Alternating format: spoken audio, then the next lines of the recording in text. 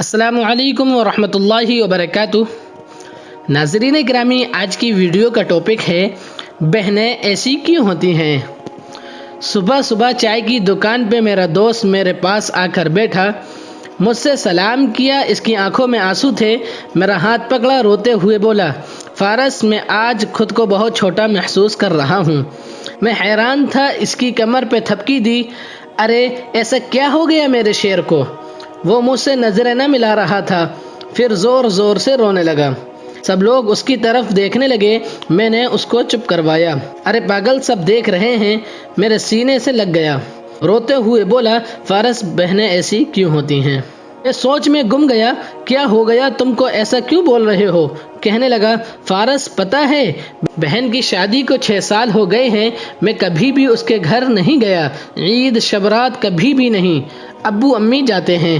میری بیوی ایک دن مجھ سے کہنے لگی، آپ کی بہن جب بھی آتی ہے اس کے بچے گھر کا حال بگاڑ کر رکھ دیتے ہیں، خرچہ ڈبل ہو جاتا ہے، اور تمہاری ماں ہم سے چھپ چھپا کر کبھی اس کو صابن کی پیٹی دیتی ہیں، کبھی کپڑے، کبھی صرف کے ڈبے، اور کبھی کبھی تو چاول کا تھیلا بھر دیتی ہیں۔ اپنی ماں کو بولو یہ ہمارا گھر ہے، کوئی خیرات سینٹر نہیں۔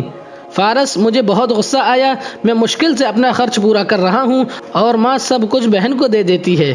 بہن ایک دن گھر آئی ہوئی تھی، اس کی بیٹے نے ٹی وی کا ریموٹ توڑ دیا۔ میں ماں سے غصے میں کہہ رہا تھا، ماں بہن کو بولو یہاں عید پہ آیا کرے بس، اور یہ جو آپ صابن، صرف اور چاول کا تھیلا بھر کر دیتی ہیں نا، اس کو بند کر دیں۔ ماں چپ رہی، لیکن بہن نے ساری باتیں سن لی تھی میری۔ بہن کچھ نہ بولی۔ 4 بج رہے تھے، اپنے بچوں کو تیار کیا اور کہنے لگی، بھائی مجھے بس اسٹاپ تک چھوڑ دو۔ میں نے جھوٹے منہ کہا، رہ لیتی کچھ دن، لیکن وہ مسکرائی، نہیں بھائی، بچوں کی چھٹیاں ختم ہونے والی ہیں۔ پھر جب ہم دونوں بھائیوں میں زمین کا بٹوارا ہو رہا تھا تو میں نے صاف انکار کیا، بھائی میں اپنی زمین سے بہن کو حصہ نہیں دوں گا۔ بہن سامنے بیٹھی تھی، وہ خاموش تھی، کچھ نہ بولی۔ ماں نے کہا، بیٹی کا بھی حق بنتا ہے، لیکن میں نے گالی دے کر کہا، کچھ بھی ہو جائے میں اپنی زمین سے حصہ نہیں دوں گا۔ میری بیوی بھی بہن کو برا بھلا کہنے لگی، لیکن وہ بیچاری خاموش تھی۔ کورونا کے دن ہے فارس، کام کاج ہے نہیں، میرے بڑے بیٹے کو ٹی بی ہو گئی، میرے پاس اس کا علاج کروانے کے پیسے نہیں، بہت پریشان تھا، میں نے قرض بھی لے لیا تھا 1,00,000 2 لاکھ، بھوک سر پہ تھی، بہت پریشان تھا، کمرے میں اکیلا بیٹھا تھا، شاید رو رہا تھا حالات پہ کہ اتنے میں بہن گھر آ گئی۔ میں غصے سے بولا، اب یہ آ گئی ہے منحوس۔ بیوی میرے پاس آئی، کوئی ضرورت نہیں گوشت یا بریانی پکانے کی اس کے لیے۔ پھر 1 گھنٹے بعد وہ میرے پاس آئی، بھائی پریشان ہو؟ میں مسکرایا، نہیں تو۔ بہن نے میرے سر پہ ہاتھ پھیرا، بڑی بہن ہوں تمہاری، گود میں کھیلتے رہے ہو، اب دیکھو مجھ سے بھی بڑے لگتے ہو۔ پھر میرے قریب ہوئی، اپنے پرس سے سونے کے کنگن نکالے، میرے ہاتھ میں رکھے، پاگل تو یوں پریشان ہوتا ہے؟ تیرا بہنوئی شہر گیا ہوا تھا، بچے اسکول میں تھے، میں نے سوچا دوڑتے دوڑتے بھائی سے مل آؤں، یہ کنگن بیچ کر اپنا خرچہ کر، بیٹے کا علاج کروا، اور جا اٹھ، نائی کی دکان پہ جا، داڑھی بڑھا رکھی ہے، شکل تو دیکھ ذرا کیا حالت بنا رکھی ہے تم نے۔ میں خاموش تھا، بہن کی طرف دیکھے جا رہا تھا۔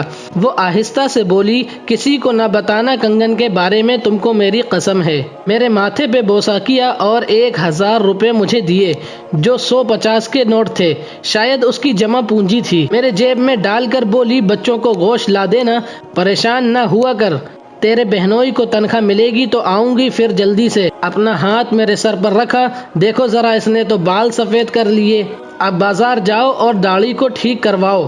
وہ جلدی سے جانے لگی۔ اس کی پیروں کی طرف میں نے دیکھا کہ ٹوٹی ہوئی جوتی پہنے تھی، پرانا سا دوپٹہ اوڑھا ہوا تھا، جب بھی گھر آتی وہی دوپٹہ اوڑھ کر آتی۔ فارس، بہن کی اس محبت میں میں مر گیا۔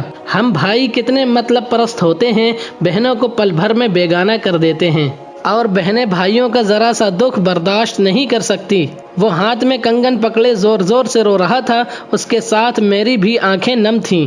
اپنے گھر میں خدا جانے کتنے دکھ سہ رہی ہوتی ہیں، کچھ لمحے بہنوں کے پاس بیٹھ کر حال پوچھ لیا کریں، شاید ان کے چہرے پہ کچھ لمحوں کے لیے ایک سکون آ جائے۔ یہ ویڈیو ریکارڈ کرتے کرتے اللہ کی قسم میری آنکھوں میں آنسو آ گئے، بہت دکھ بھری داستان ہے، بس اللہ سب کی بہنوں کی جھولی خوشیوں سے بھر دے، آمین ثم آمین۔